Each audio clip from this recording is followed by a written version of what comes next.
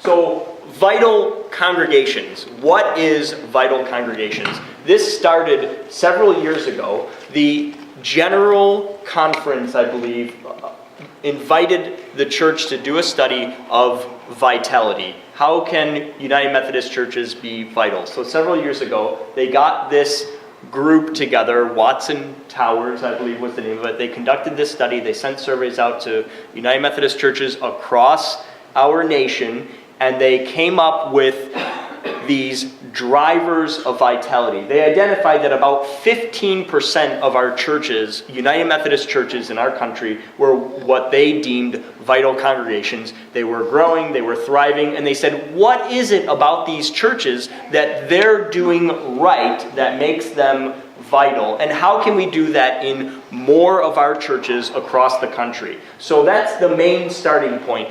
Vital congregations are these churches that are doing things right, and how can we do that in more of our churches? That's the main piece. So here you have up on the screen, don't worry, I know you can't read it, 4 key areas of the drivers of vitality, and we'll go through each of these things. These 4 categories, though, are small groups and programs, worship, the worship service on Sunday morning or other times, the pastor, and then the lay leadership. These are the key pieces. When you do these things right, you have a vital congregation. So each one of these has subpoints. So let's go through that. First, small groups. 3 things are true about small groups in churches that are vital.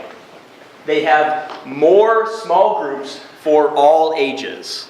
So more small groups exist in these churches, and that's a key indicator that your church is vital, because you offer more things to different kinds of people that are in your church. Number 2, more programs for children. We have a children's program in our church. We also do family ministry events, so that's a pretty good sign that maybe there's some vitality in our church because we have those children's programs and the family ministry group in our church. More programs for youth. Another key piece. Do you have youth that are involved in your church? Are they participating in the life of your church? Do you have programs that meet the needs of the young people in your congregation? So that's step number 1, these small groups. Number 2, the lay leadership in your church. Very important, especially in the United Methodist tradition, but there are 4 things that are happening with your lay leadership in the church. The first, increasing effectiveness of your lay leaders. So when people talk about the lay leaders in your church, the question is asked, are they doing their job? Are they effective in the things that they're supposed to be doing? If they're not effective, you have a problem. You have an issue there. If you have people that are doing their job and they've done 55 years of excellent ministry, you know you're doing it right. You're increasing in effectiveness. The second thing, demonstration of vital personal faith. The leaders in our church, the lay leaders, when they have vital faith, other people that show up on Sunday morning, they see that faith, that lived faith in your core leaders, and they say, I want to be like those people. I come to this church because I see people I want to be like. Their faith gives me hope, gives me purpose, drives me to grow in my faith as well.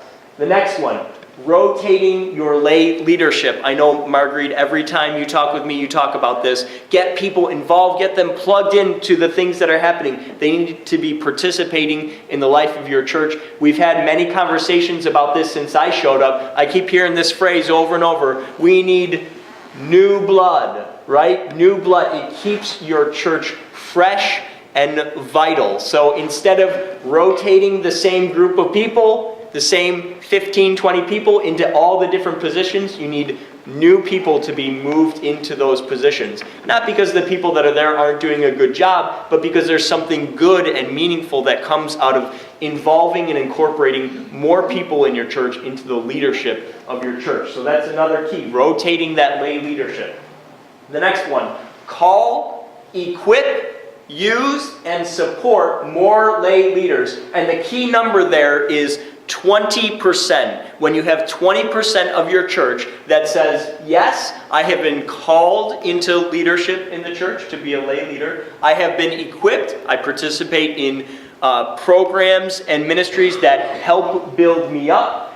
used, they're actually employed in your local church and supported, that the pastor or some other identified person in your church comes along and says, how you doing? Are you doing all right in this area? Do you need extra help in this area? Can we bring some other people to help you grow in this? If you do those things, and about 20% of your congregation identifies themselves as having been called, equipped, used, and supported, you're doing something right in this area of lay leadership.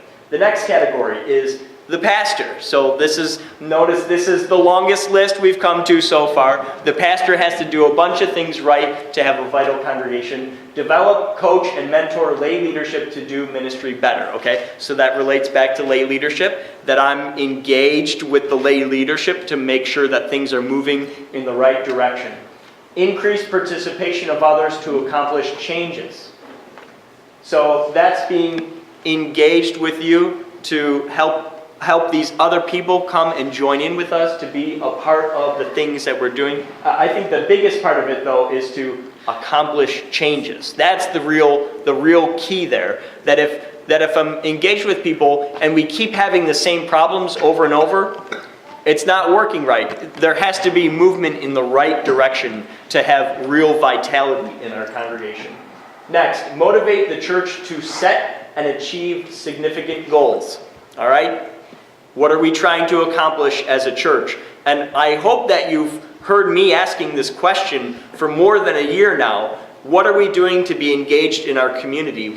What is uniquely us in engaging the area around us? That's important. Set big goals. We got to dream big so that we can accomplish big things for our community. So that's another key. Inspire the people through preaching. The preaching's got to be good or people aren't going to show up, right? That's an important piece. And then the last one, stay longer when serving effectively. And I know the conference is really big on that one, that pastors shout and scream and they say, don't move me. It's one of the keys to be vital. You have to keep me here. No. Only when the pastor's doing it right should the pastor stay in that church. So that's a key part. Did you want to say something? Oh, I can just comment on that. Sure. Since the cabinet's the one that deploys the pastors. But we had a whole conversation about a year ago as a cabinet with the bishop. What's the ideal, if a pastor's serving effectively, what should we be aiming for in terms of keeping a pastor in place? And we came up, if it's a first appointment, from between 7 to 10 years. Yes. Very important. Then we hit the appointment season, and the theory was fine, and then we hit the appointment season and it all fell apart. But the goal is still, we recognize longer term pastorates, when the pastor's serving effectively, very crucial to building vital congregations. We do recognize that. And again, let me go back to what I said in the beginning. These are the 16 drivers of vitality. When these things are in place, it means your church is moving in the right direction and other things will happen. So I'm going to continue on. There's one last part. Worship. Offering new worship styles was something identified as an important piece for vitality. To have topical sermon series was another important part. That's actually something that I do. I do the topical sermons. Often you'll see about at least 3/4 of the sermons throughout the year. There's always this overarching theme that connects at least 2 or 3 of the sermons together throughout the year. Contemporary music in contemporary services. So I would say our service is much more traditional. So this doesn't necessarily apply to us, but if there were a contemporary service that it doesn't have traditional music in a contemporary service, but contemporary music. So whatever the music of the people, whatever works for them, that's the music that's incorporated in the service. Another thing? You will reach a point if you continue to grow where you will not be able to go further unless you offer a second worship service and it's of a more contemporary nature. And if you really want to grow, at some point you're going to have to discuss that. And then this last piece is multimedia use. And again, this was incorporated into the contemporary worship piece. All right. So 3 of these are about the worship service, what it looks like. And generally the idea is for contemporary worship, you need to be actually legitimately contemporary. And then the one part of topical sermon series, that actually bridged the gap. That was good for both contemporary and for traditional worship services. All right, so those are the 4 areas, the 4 main areas, and the particular drivers in each of those areas. So now we're going to move on to what our annual conference is going to look at to see if we are a vital congregation, okay? So the key is first to have those 16 things identified first. What are we doing in those 16 areas? Are we working in the right direction? And then the conference is going to come along and say, here are the 5 things we're looking at to see if those 16 drivers are in place. So here's the 5. Inspiring worship.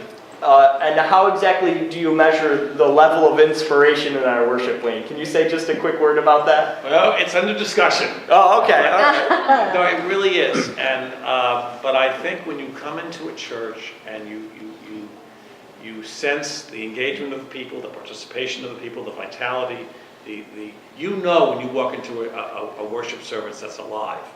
And you know when you walk into a worship service where it's the same old, and people are going through the motions. You know inspiring worship when you see it. Mm-hmm.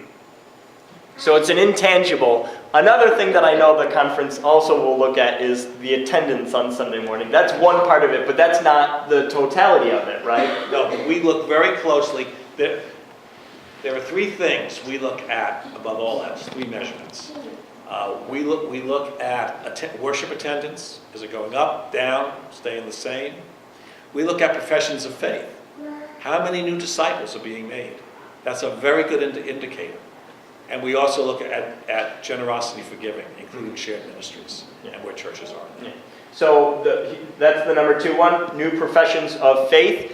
And each year we've been about the same over the last couple of years in this number, that we get maybe 5, 6, 7 new members through that are adults, and then we have our confirmation class, and that varies somewhere between 5 and 10 people in that area as well. And we've been pretty consistent over several years with those numbers. The next one is small group participation. So what's the actual number of small groups that you have in your church? And I don't want us to get locked into a particular way of identifying those small groups. I like to bring this example up. If your choir does more than just gets together and sings, that's a place that can be a small group for your church. If they're really sharing together their hearts, prayer requests, if they have a devotional time as part overall of what they do as a choir, those are really meaningful things that accomplishes some of what a small group does. So it can be a little bit larger than just, okay, let's make this small group and we'll meet together like a UMW circle or something like that. It can be a little bit broader than that in a small group. Next one, engaging in mission outreach.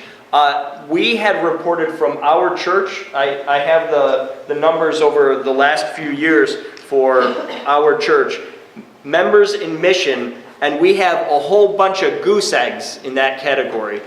This last year, we took our young people to June Project, and so now we don't have a goose egg anymore for this last year. So I'm excited about that. And I hope that we continue to grow in this area, that it's not just something for our youth, it's something very much for our adults to be engaged in. Carol, I see you nodding your head. I know this is a passion of yours to have our adults engaged, especially in the Future with Hope campaign, that they've identified Saturday opportunities, that if you're not available during the week because you work, there are Saturday opportunities. We're going to talk more about that, and we really want to see that happen in 2014, and that's one way to get our people engaged in mission in our area.